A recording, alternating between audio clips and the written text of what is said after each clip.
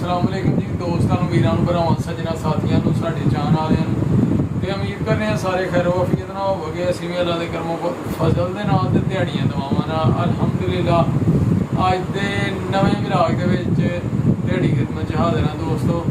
ते अज जनाब विलाग ते कोई नहीं असीं बनाया, डेली रूटीन वगैरह कोई बनाई नहीं, तो इस वास्ते तुहाडे नाल मुलाकात भी जरूरी करनी है क्योंकि असीं ने तुहाडे तो जुदा नहीं हो सकते।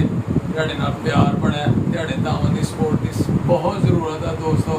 इस वास्ते डेली मुलाकात करने वास्ते ने असीं अज लैके आए हैं एक स्टोरी, एक कहानी बड़ी बेहतरीन जनाब, तो एक सबक अमोज जनाब कहानी है, तो वो तुहानूं अज सुनानी है दोस्तों। तो तुसीं तवज्जो नाल सुननी है, वीडियो पूरी वेखनी है, इंशाल्लाह मज़ा आएगा। उम्मीद करांगे कि अच्छी तो अच्छी कोशिश करिए कि तुहानूं दस्सण दी, ठीक है। तो जनाब हुण तुसीं सुनो साडे कोलों मज़ेदार कहानी। लेकिन सब तो पहले एक रिक्वेस्ट है कि जेह्ड़े दोस्त साडे चैनल दे ने नवें, वो जल्दी जल्दी चैनल नूं कर लो सबसक्राइब, लाइक कर लो, शेयर कर लो दोस्तां नाल, सज्जनां नाल, साथियां नाल, ते बेल आइकन दे बटन नूं दबा लो क्योंकि जदों भी चैनल ते वीडियो आए तुहाडे तक जरूर पहुंचे, ठीक है दोस्तों। तो हुण जनाब करने शुरू असीं अपनी गल। तो गल ये है कि लालच जिहड़ा ना वो बहुत बुरी बला है। पंजाबी च कहावत है ना, लालच बुरी बला, ते वो बाकी सही गल है। तो ये कहते हैं कि जी एक शहर दे विच ना एक बड़ा अमीर बंदा ही, ते उन्हें जनाब एक नागन जिहड़ी है ना, नागन वो खरीद के ते लैन दी घर। वो नागन जिहड़ी ही ना वो दिंदी ही सोने का आंडा, इस वास्ते उन्हें खरीद ली तो घर लैके आ गया। घर उन्हें जो लियांदी न, ते ओदी एक बीवी ते एक बेटा ही, ते उन्होंने समझाया कि ये जनाब जिहड़े सप ने ना वो कदी किसे दे यार नहीं बने, ते लिहाजा गल ये है कि इनू छड्ड आओ जित्थों लियांदा है, घर च ना रखो, इहदे च ही बेहतरी है। लेकिन हुण वो बंदे नूं कौन समझाए, उन्होंने लालच ही कि जनाब सोने का आंडा दिंदी है।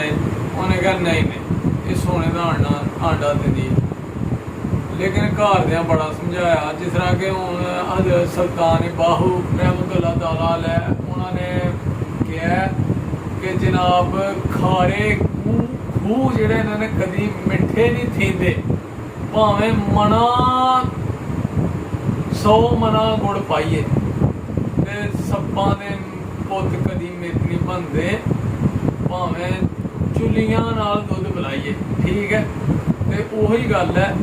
बाद जी उन्होंने समझाया बथेरा कि जनाब सप जिहड़ा ना इनू छड्ड आओ, पर नहीं वे मन्नी उन्हें बंदे ने।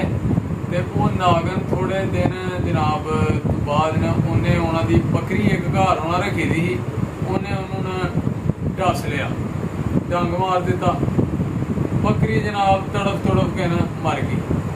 घरदियां ने फिर समझाया कि ए जनाब बकरी नूं इन्हें डसिया न, ते कल नूं किसे होर नूं भी डसेगी, डंग मारेगी, ते लिहाजा टाइम नाल ही इहनूं छड्ड आओ किते जां मार छड्डो।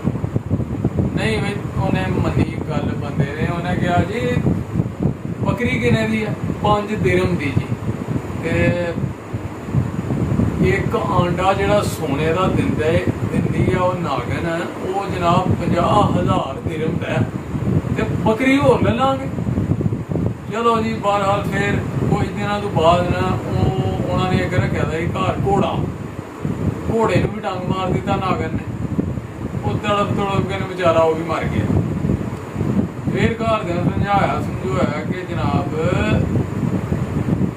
गल यही चंगी है कि इनू जनाब छड्ड आओ या मार छड़ो, पर नहीं मनी। उन्हें कहा जी घोड़ा किन्ने दा है जी, 20 दिरहम का घोड़ा है, तो जनाब 50,000 दिरहम का सोने का आंडा है, घोड़ा होर ले लांगे, ठीक है जी। चलो वक्त गुजरता गया।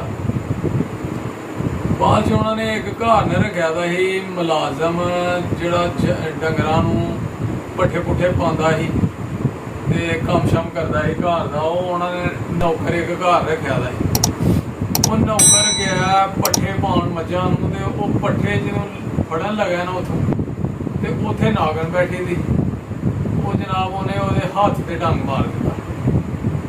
ਉਹ ਗਰੀਬ ਵਿਚਾਰਾ ਉੱਥੇ ਤੜਫਣ ਲੱਗ ਪਿਆ, ਜ਼ਹਿਰ ਉਹਦੇ ਜਿਸਮ 'ਚ ਫੈਲ ਗਿਆ।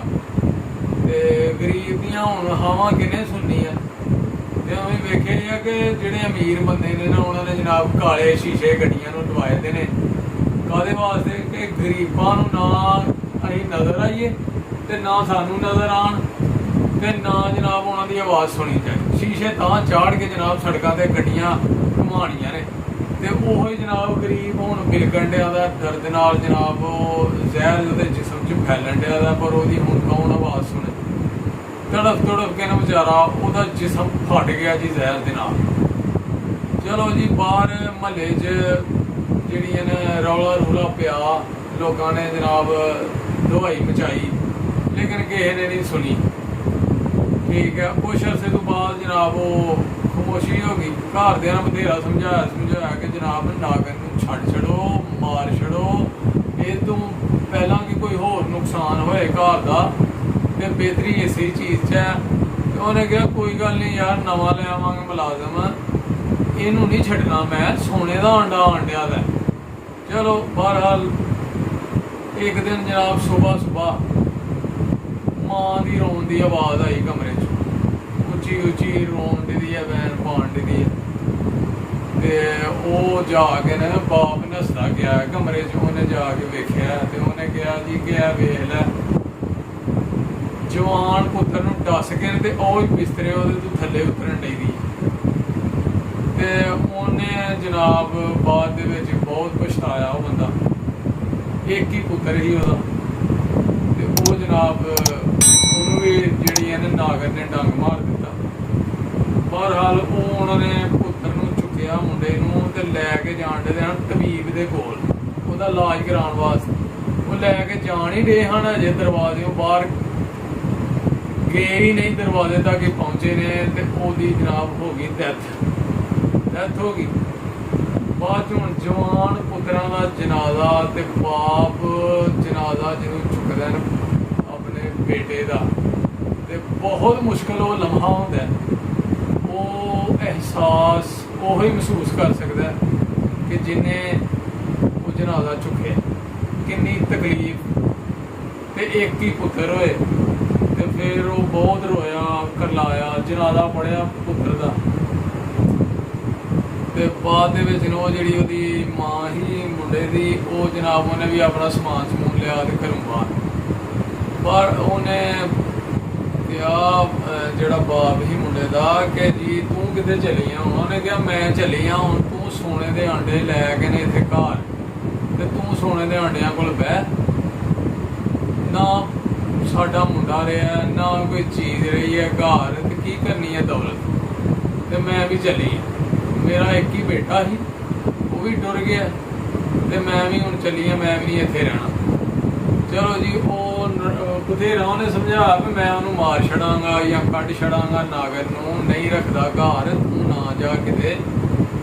ਤੇ ਉਹਨੇ ਨਹੀਂ ਮੰਨੀ ਖਾਮਦ ਆਪਣੇ ਦੀ। ਉਹਨੇ ਕਿਹਾ ਨਹੀਂ ਤੂੰ ਜਨਾਬ ਰਹਿ ਉੱਥੇ, ਮੈਂ ਨਹੀਂ ਰਹਿ ਸਕਦੀ ਉਸ ਘਰ 'ਚ ਜਿੱਥੇ ਮੇਰੇ ਬੇਟੇ ਦਾ ਜਨਾਬ ਡੈਥ ਹੋ ਗਈ ਹੈ, ਮਰ ਗਿਆ, ਟੁਰ ਗਿਆ ਵਿਚਾਰਾ ਦੁਨੀਆ ਤੋਂ, ਤੇ ਮੈਂ ਵੀ ਨਹੀਂ ਰਹਿਣਾ ਉਸ ਘਰ 'ਚ। ਚਲੋ ਜੀ ਉਹ ਵੀ ਛੱਡ ਕੇ ਉਹਨੂੰ ਟੁਰ ਗਈ। ਬਾਅਦ 'ਚ ਉਹ ਬੰਦਾ ਰਹਿ ਗਿਆ ਇਕੱਲਾ ਹੀ ਘਰ, ਤੇ ਸੋਨੇ ਦੇ ਆਂਡਿਆਂ ਦੇ ਨਾਲ। ਫਿਰ ਕਹਿੰਦੇ ਨੇ ਕਿ ਜੀ ਉਹ ਬਾਅਦ 'ਚ ਬੰਦਾ ਹੋ ਗਿਆ ਸ਼ਦਾਈ, ਤੇ ਬਾਅਦ ਸੜਕੇ ਬਹਿ ਗਿਆ ਉਹ, ਤੇ ਜਨਾਬ ਆਉਂਦਿਆਂ ਜਾਂਦਿਆਂ ਲੋਕਾਂ ਨੂੰ ਦੱਸਣ ਲੱਗ ਪਿਆ ਕਿ ਜੀ ਇਹ ਵੇਖ ਲਓ ਸਾਈਡਾਂ ਦੇ ਸੋਨੇ ਦੇ ਆਂਡਿਆਂ ਦੇ ਢੇਰ ਲੱਗੇ ਦੇ। ਤੇ ਲੋਕਾਂ ਨੂੰ ਦੱਸਣ ਡਿਆ ਦਾ ਉਹ ਕਿ ਇਹ ਦੌਲਤ ਮੇਰੇ ਕੋਲ ਰਹਿ ਗਈ ਹੈ, ਤੇ ਨਾ ਮੇਰੇ ਘਰ 'ਚ ਕੋਈ ਜਾਨਵਰ ਹੈ, ਨਾ ਕੋਈ ਆਪਣਾ ਰਹਿ ਗਿਆ, ਤੇ ਨਾ ਮੇਰੇ ਕੋਲ ਜਨਾਬ ਰਹਿ ਗਿਆ ਆਪਣਾ ਘਰ ਹੀ। ਸਭ ਕੁਝ, ਹਰ ਚੀਜ਼ ਮੈਨੂੰ ਛੱਡ ਕੇ ਟੁਰ ਗਈ ਹੈ, ਮੇਰਾ ਬੇਟਾ ਵੀ, ਮੇਰੀ ਬੀਵੀ ਵੀ, ਸਿਰਫ ਇਹ ਦੌਲਤ ਰਹਿ ਗਈ ਹੈ ਮੇਰੇ ਕੋਲ। ਤੇ ਇਸ ਵਾਸਤੇ ਦੌਲਤ ਨਾਲ ਕੁਛ ਨਹੀਂ ਜੇ ਹੁੰਦਾ, ਤੇ ਲਾਲਚ ਨਹੀਂ ਕਰਨਾ। ਨਾਲ ਉਹ ਲੋਕਾਂ ਨੂੰ ਨਸੀਹਤ ਕਰਨ ਡਿਆ ਕਿ ਲਾਲਚ ਨਹੀਂ ਕਰਨਾ, ਲਾਲਚ ਬੁਰੀ ਬਲਾ ਜੇ। ਤੇ ਜਨਾਬ ਇਹ ਚੀਜ਼ਾਂ ਲੱਭ ਜਾਣੀਆਂ ਨੇ, ਲੇਕਿਨ ਆਪਣੇ ਅਹਿਸਾਸ ਜਿਹੜਾ ਨਾ ਆਪਣਿਆਂ ਦਾ, ਨਾ ਤੇ ਆਪਣੇ ਲੱਭਣੇ ਨੇ, ਤੇ ਨਾ ਜਨਾਬ ਕੋਈ ਚੀਜ਼ ਲੱਭਣੀ ਹੈ, ਨਾ ਕੋਈ ਆਪਣੇ ਕੋਲ ਰਹਿਣਾ। ਠੀਕ ਹੈ, ਤੇ ਇਸ ਵਾਸਤੇ ਦੋਸਤੋ ਲਾਲਚ ਬੁਰੀ ਬਲਾ ਹੈ, ਲਾਲਚ ਨਹੀਂ ਕਰਨਾ। ਤੇ ਵੱਡੀ ਗੱਲ ਇਹ ਹੈ ਕਿ ਸਰਕਾਰ ਨੇ ਨਬੀ ਪਾਕ ਸੱਲੱਲਾਹੁ ਅਲੈहि वसल्लम ਉਹਨਾਂ ਨੇ ਫਰਮਾਇਆ ਕਿ ਆਪਣੇ ਤੋਂ ਉੱਤੇ ਨਹੀਂ ਵੇਖਣਾ, ਆਪਣੇ ਤੋਂ ਥੱਲੇ ਵੇਖ ਕੇ ਜ਼ਿੰਦਗੀ ਗੁਜ਼ਾਰੋਗੇ ਨਾ ਤੇ ਖੁਸ਼ਹਾਲ ਰਹੋਗੇ, ਟੈਨਸ਼ਨ ਨਹੀਂ ਹੋਏਗੀ, ਟੈਨਸ਼ਨ ਫ੍ਰੀ ਰਹੋਗੇ ਤੇ ਅੱਛੀ ਜ਼ਿੰਦਗੀ ਗੁਜ਼ਾਰੀ ਜਾਏਗੀ। ਇਸ ਵਾਸਤੇ ਹਮੇਸ਼ਾ ਆਪਣੇ ਤੋਂ ਥੱਲੇ ਵੇਖੋ ਕਿ ਉਹ ਵੀ ਲੋਕ ਨੇ ਯਾਰ ਜਿਨ੍ਹਾਂ ਨੂੰ ਰਾਤ ਨੂੰ ਰੋਟੀ ਲੱਭਦੀ ਹੈ, ਇੱਕ ਟਾਈਮ ਲੱਭਦੀ ਹੈ, ਇੱਕ ਟਾਈਮ ਨਹੀਂ ਲੱਭਦੀ। ਤੇ ਅੱਲਾ ਦਾ ਸ਼ੁਕਰ ਹੈ ਕਿ ਤੁਹਾਨੂੰ ਹਰ ਚੀਜ਼ ਲੱਭਦੀ ਪਈ ਹੈ। ਅੱਲਾਹ ਤਾਲਾ ਨੇ ਰਿਜ਼ਕ ਦਿੱਤਾ ਦਾ, ਬੇਸ਼ੁਮਾਰ ਦਿੱਤਾ ਦਾ। ਹਰ ਬੰਦਾ ਬਹਿੰਦਾ ਨੇ ਜਿਹੜਾ ਕਾਰ 'ਚ ਬਹਿੰਦਾ ਤੇ ਉਹਨੂੰ ਖੁਆਇਸ਼ ਹੁੰਦੀ ਹੈ ਕਿ ਮੇਰੇ ਕੋਲ ਜਹਾਜ਼ ਆ ਜੇ ਨੇ ਕਿਤੇ ਤੇ ਜਹਾਜ਼ ਮੇਰਾ ਹੋ ਜੇ। ਕੋਈ ਸਾਈਕਲ ਤੇ ਉਹ ਕਹਿੰਦਾ ਮੈਨੂੰ ਮੋਟਰਸਾਈਕਲ ਮਿਲ ਜੇ। ਤੇ ਇਸ ਤਰ੍ਹਾਂ ਹੀ ਯਾਨੀ ਕਿ ਬੰਦੇ ਦੀਆਂ ਖੁਆਇਸ਼ਾਂ, ਬੰਦਾ ਲਾਲਚੀ ਹੈ, ਲੇਕਿਨ ਇਸ ਤਰ੍ਹਾਂ ਨਹੀਂ ਹੋਣਾ ਚਾਹੀਦਾ। ਆਪਣੇ ਤੋਂ ਥੱਲੇ ਵੇਖੋ ਕਿ ਥੱਲੇ ਸਾਡੇ ਬਹੁਤ ਗਰੀਬ ਨੇ ਤੇ ਉਹ ਵੀ ਤੇ ਜ਼ਿੰਦਗੀ ਗੁਜ਼ਾਰਨ ਦੇ ਨੇ। ਫਿਰ ਜ਼ਿੰਦਗੀ ਗੁਜ਼ਾਰਨੀ ਸੌਖੀ ਹੋ ਜਾਏਗੀ ਤੇ ਕੋਈ ਮੁਸ਼ਕਲ ਨਹੀਂ ਆਏਗੀ, ਟੈਨਸ਼ਨ ਨਹੀਂ ਹੋਏਗੀ, ਪਰੇਸ਼ਾਨੀ ਨਹੀਂ ਹੋਏਗੀ। ਠੀਕ ਹੈ ਦੋਸਤੋ, ਤੇ ਅੱਜ ਦੀ ਵੀਡੀਓ ਦਾ ਇੱਥੇ ਐਂਡ ਕਰਨੇ ਆ। ਉਮੀਦ ਕਰਨੇ ਆ ਸਾਡੀਆਂ ਗੱਲਾਂ ਤੁਹਾਨੂੰ ਜ਼ਰੂਰ ਪਸੰਦ ਆਈਆਂ ਹੋਣਗੀਆਂ। ਕਮੈਂਟ ਕਰਕੇ ਜ਼ਰੂਰ ਦੱਸਣਾ ਤੁਸੀਂ, ਤੇ ਸਾਡੇ ਚੈਨਲ ਨੂੰ ਕਰਨਾ ਸਬਸਕ੍ਰਾਈਬ। ਤੁਹਾਡੇ ਤਾਮਨ ਦੀ ਸਪੋਰਟ ਦੀ ਬਹੁਤ ਜ਼ਰੂਰਤ ਹੈ। ਵੀਡੀਓ ਮੁਕੰਮਲ ਦੇਖਿਆ ਕਰੋ ਸਾਡੀ, ਠੀਕ ਹੈ ਸੱਜਣੋ। ਤੇ ਆਪਣਾ ਤੇ ਆਪਣੇ ਪਿਆਰਾਂ ਦਾ ਰੱਖੋ ਖਿਆਲ। ਮਾਂ ਬਾਪ ਦੀ ਕਰਨੀ ਹੈ ਸੇਵਾ, ਨਮਾਜ਼ ਜ਼ਰੂਰ ਪੜ੍ਹਨੀ ਹੈ ਤੇ ਸਾਨੂੰ ਵੀ ਰੱਖਣਾ ਆਪਣੀਆਂ ਦੁਆਵਾਂ 'ਚ ਯਾਦ। ਤੁਹਾਡੀਆਂ ਦੁਆਵਾਂ ਦੀ ਸਪੋਰਟ ਦੀ, ਤਾਮਨ ਦੀ ਬਹੁਤ ਜ਼ਰੂਰਤ ਹੈ। ਫਿਰ ਮਿਲਾਂਗੇ ਇਨਸ਼ਾਅੱਲਾ ਇੱਕ ਨਵੀਂ ਵੀਡੀਓ ਦੇ ਨਾਲ, ਇੱਕ ਨਵੇਂ ਬਲਾਗ ਦੇ ਨਾਲ। ਉਦੋਂ ਤੱਕ ਸਾਨੂੰ ਦਿਓ ਇਜਾਜ਼ਤ। ਓਕੇ, ਫਿਰ ਅੱਲਾ ਹਾਫਿਜ਼, ਸਲਾਮ ਅਲੈਕੁਮ।